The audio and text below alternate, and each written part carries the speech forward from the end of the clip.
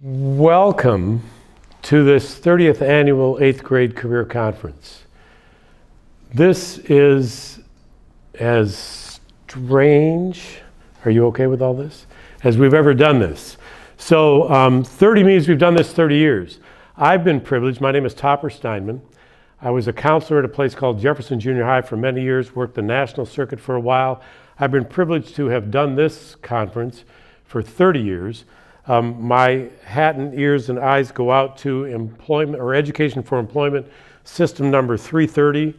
I want to acknowledge Nick Elder, who runs the place, Amanda Broadway, who's huge in pulling off this whole conference, Kim, Shelley, all those people.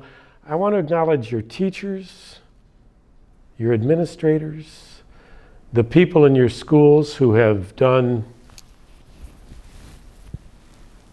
Do you recognize me now? Better. We're all kind of doing this new learning, aren't we? And new teaching, aren't we? And as difficult as that is, we're going to somehow, through the Amandas who's filming this, we're going to somehow make this work for you. So we're privileged to be here. We hope that in your seats, whether you're at home watching, whether you're in a classroom viewing it, that this helps you decide, what do I want to be when I grow up? If you already know that, yay. If you kind of think you know that, yay. And if you don't have any clue about that, yay. That's what we'd call normal. So you're going to have to put up with someone like me for just a little while, not for long. And then there's going to be other speakers that you'll hear in clusters. And they'll give you some information about specific careers that we hope will help you sort out. Do I want to work with people? Do I want to work with things? Do I want to work indoors? Do I want to work outdoors? Do I want to go into a business? Do I want to go into a technology? But that's on you. And we're going to try to help you do that through this series of videos that we'll have come your way. My purpose in the past, we've done this, by the way, at Parkland many years ago. We're back at Parkland again, so it's kind of full circle. And we used to have a catacomb where we'd spread you out in all sorts of directions. You don't have to worry about that now. We've done this at Savoy 16, so we had you in big theaters. You wanted popcorn and Pepsi, we couldn't give it to you, but we used Savoy 16 for a while. We did this under the good graces of the I Hotel, fancy place, it was wonderful. And now we're back actually in your living rooms or in your classrooms doing this now remotely. Do you recognize me? No? Yeah, you have to. So my job is to set a tone. So I usually, when we were doing this live, I would, because when I was your age, you're 13, 14, you're in 8th grade, I wouldn't have listened to some old bald white guy talk to me about much of anything. But I did like magic. So I would do this to magic if I could. You're not a blank page. I think you probably know this, that you don't know this part. You're 8,760 hours old a year.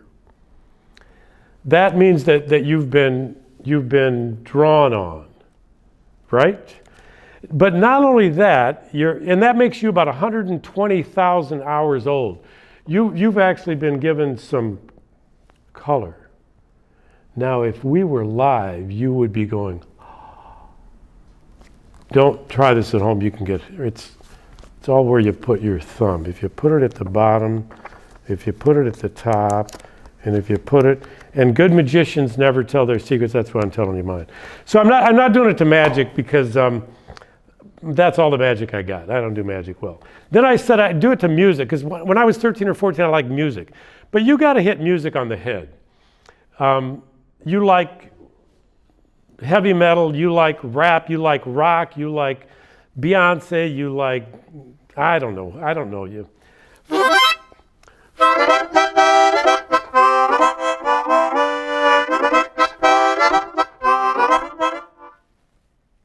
But I'm not doing it to music because my music is worse than my magic. You got that, didn't you? So I'm not doing it to music either. So I'm doing it to this thing called words. And words are tough because it's hard to just sit and listen to somebody yap at you. A teacher who you really like, that can be awesome and awe-inspiring, and I'm sure you have some of those. And then if I'm a teacher that would be real boring to you, I feel bad about that. I hope that's not the case, but I'd feel bad. But I'm going to do most of it to words. So what I'm going to do today is different than what I do if we were live, if we were with each other in a room. I would have 3 challenges for you and 4 gifts. I got 3 gifts. Gift 1, when you go through this thing called life, I would love it if you could learn to respect and believe in SOS. So I'd ask you, if we were live, who's the person you talk with the most in life? My guess is that, and then some of you would raise a hand, and I've done it too many times. One of you would say, my friend, and that's cool if you got a friend you're that tight with. Somebody else would say, my mom, and that's cool if you got a mom you could be tight with. Somebody else would say maybe a minister, a priest, a preacher, a neighbor, a friend, whatever. But one of you would think this. One of you in the back would raise your hand, because I've done it too many times, and you'd say, is it myself?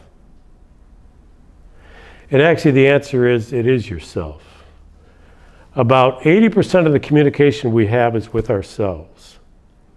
Here's what's scary. About 75% of that communication is critical or negative. So I beg you, I can't erase that negative tape. I'm too tall, I'm too short, I'm too wide, I'm too narrow. I don't get math, I don't get writing, I don't know what to do. We pick on ourselves a lot. So I'm begging you, if you can learn to respect and believe in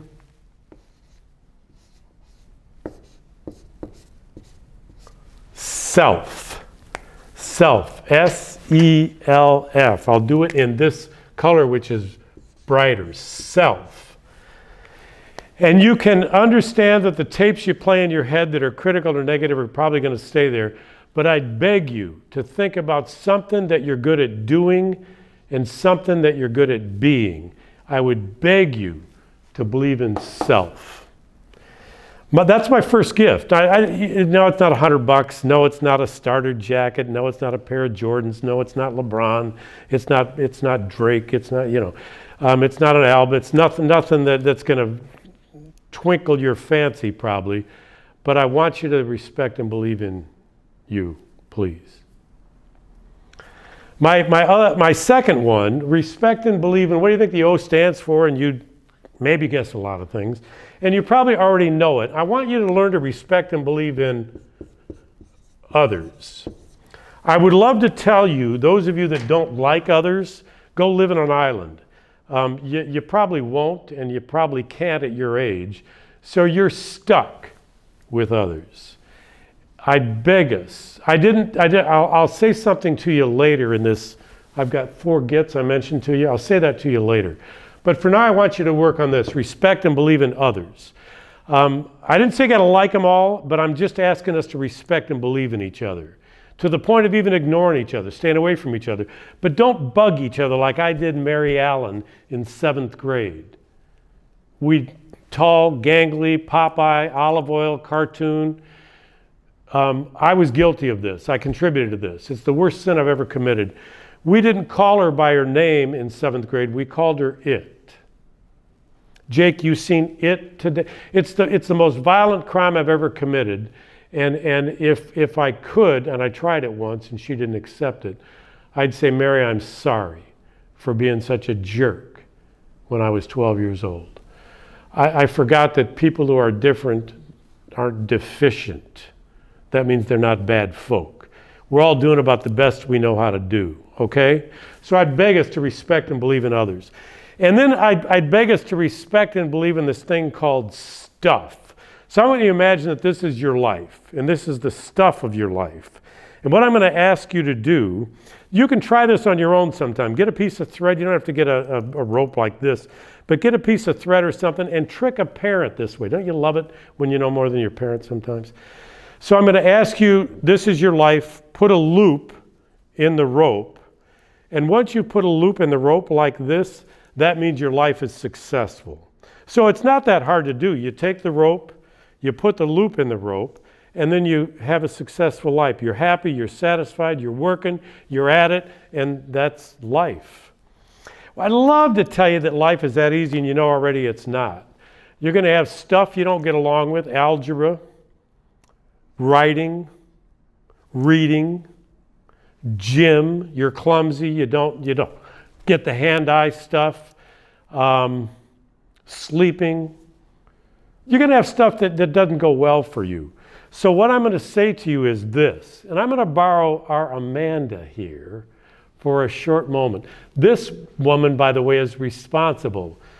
She would have dressed up and really done the gig had she, but she's blaming me because, hey, why didn't you tell me I was going to be on? So this is Amanda Broadway. She's the one who put this whole thing together, by the way. So you all applause her. There you go. Hear that? It's resounding. So Amanda, take this and just hold the rope. So I'm going to say to Amanda in a minute, I'm going to take this rope. Once you touch it now, your fingers are glued. So Amanda, do you remember how to do this? No. Okay. So when you touch this rope, your fingers are glued. So take the rope and put the loop in there, but now your fingers are glued. And go ahead and just maneuver remember you can, just show them how you did it now. Take it apart, well, maybe that didn't work, but maybe she could grab it differently. Could you grab it differently? So is there another way you could grab the rope and make the loop? I like it. See what I like about the Amandas of the world is they're willing to try new things. Try new things. So do that. Cross your hands. Now grab it. Now your fingers are glued. Now try it. Okay. Try this. Fold your arms. That's perfect, just like that. Only bring this one up through here. That's perfect, just like that. So what I'm trying to tell you is this last one, and Amanda's going to move for just a second. This last one is respect and believe that you can make a difference in the stuff of life. Because you're going to run into stuff. People, things, classes are going to be difficult. So fold your arms. Perfect, just like that. Put one above and put this one above. That's perfect. See, I'm going to show Amanda how kind of to do this. And then I want you to grab this one. And then I want you to just very slowly pull them through and show them what happens when you slowly pull them through. The loop is what we're... Check out Amanda Broadway. Give her a hand. Is she fancy or what? So what I'm asking, Amanda, don't leave, please. I had a fifth grader say to me once, by the way, that's believing in your stuff and trying new things. So what I'm asking, I had a fifth grader say to me, that's not the only way you can do that. And I said, duh, I think it is, George. And he said, no, it's not. So you hang on to it. Now, let it go, please. Now, notice what I'm going to do here, because what he did was this. He did that, and then he went like this with the rope. And it's a little bit harder to do, but hang in there with me while I make this work. And then he did this, and then he did that, and George made it loop. Give Amanda a hand. Yay, Amanda. You were beautiful. Thank you, Amanda. Thank you. So the first thing I want to do, 8th grade, when you're thinking about, what do I want to be when I grow up? I would beg you, as you grow up, to think about, please, respect and believe in yourself, respect and believe in others. You're going to be around them for a lifetime. And respect and believe that you can make a constructive difference in the stuff in your life. Now I want to do one more thing with you, if you will. And the one more thing involves 4 parts. But to do these 4 parts, I want you to do this. When you're out there with your teachers, with an administrator, in your living rooms, I think life is a series of habits. So I want to show you how habits work. Fold your hands. So everybody that's watching me now, I want you to fold your hands. Notice how you're doing it. My guess is this, however you're doing it, you're doing it. I want you to take your hands apart and put the other thumb on top. So do that now. You folded them, take them apart and put the other thumb on top. If we were live, I'd say to you, how's that feel? Most of you would say it feels weird because it's different. Then I'd tell you, like Amanda was doing, fold your arms like you would. And then I'd say for the next week, every time you fold your hands or fold your arms, I want you to do it differently. And I'd ask you to do that. So fold your arms. Now do it differently. Do it just the opposite. And then I'd say, how does that feel? And you'd probably say it feels weird or different. Probably. For the next week, every time you fold your hands or fold your arms, do it the opposite. You're going to have trouble for two reasons. One, it's stupid, don't do it. Two, these are habits. I don't think about it this way. I'm about to fold my hands. I wonder which way I'll do it. I just fold them. I'm about to fold my arms. Here's what I think. I think these next four gets, because this is the last thing I'm going to leave you with, are these four gets, are habits also. I'm not going to tell you to be a plumber, a doctor, a secretary, a teacher, a lawyer, an accountant, because I don't know you. I'll end with some about you, though. But I think these habits, and I tell live audiences, if you do the four things I'm going to put up here, and you make them habits, and you do them for a living, and then you end up flunking life, like you end up in prison, you end up without a job and unhappy as can be, I will send you, if you get 3 adults to verify that you've done these 4 gets for a lifetime, and then you still flunked life, I'll send you a check for $1,000. And I'll tell you that by way of this video too, I really will.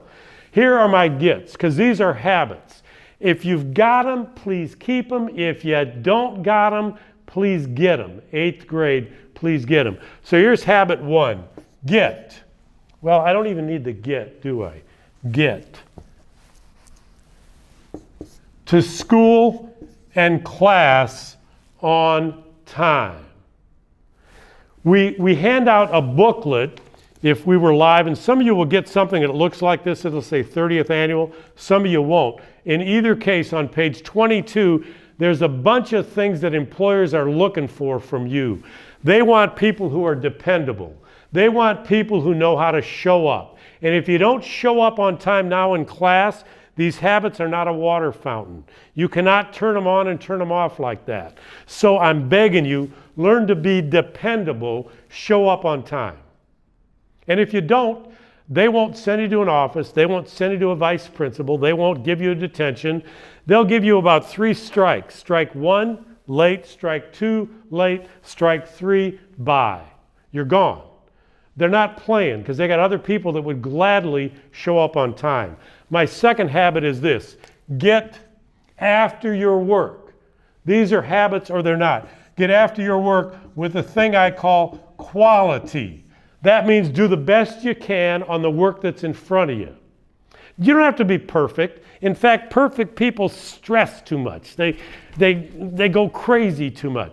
Slow down if you're perfect. Really, slow down. Life can kind of work. But I would beg you, if you blow everything off, stop blowing everything off and get after your work with quality, please. My third habit is one that I've already kind of done up here. And the third thing, and here's what I do if we were live, I'd tell you, I'll give you $1 if you get the third get right. So it's the number one reason why people don't keep jobs. And if you know what that get is, you get this $1. Well, I don't know. If you answered this right in your classroom, call Amanda and she'll send you $1. Amanda, she won't send you $1. Don't worry about it. I'll send you $1. Maybe. This is the third. It's the number one reason why people don't keep jobs. They don't know how to get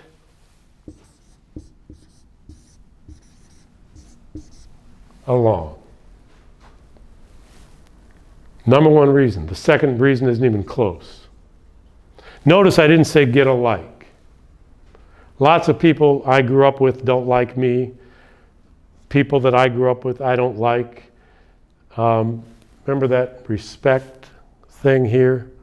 That's all we're asking.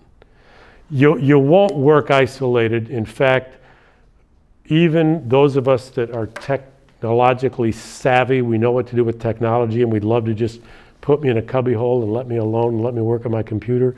You still will end up having to work with other people on a thing called a team. So I'd beg you to learn to get along. It's the thing I didn't know how to do when I was in 7th grade with Mary Allen. She was different, and I was cool, and I wiped her out. And I'd beg us to stop wiping each other out. I'd beg us to learn to get along. And the 5th one is kind of goes along with this rope thing that Amanda and I so cleverly showed you. And my 4th one is get creative,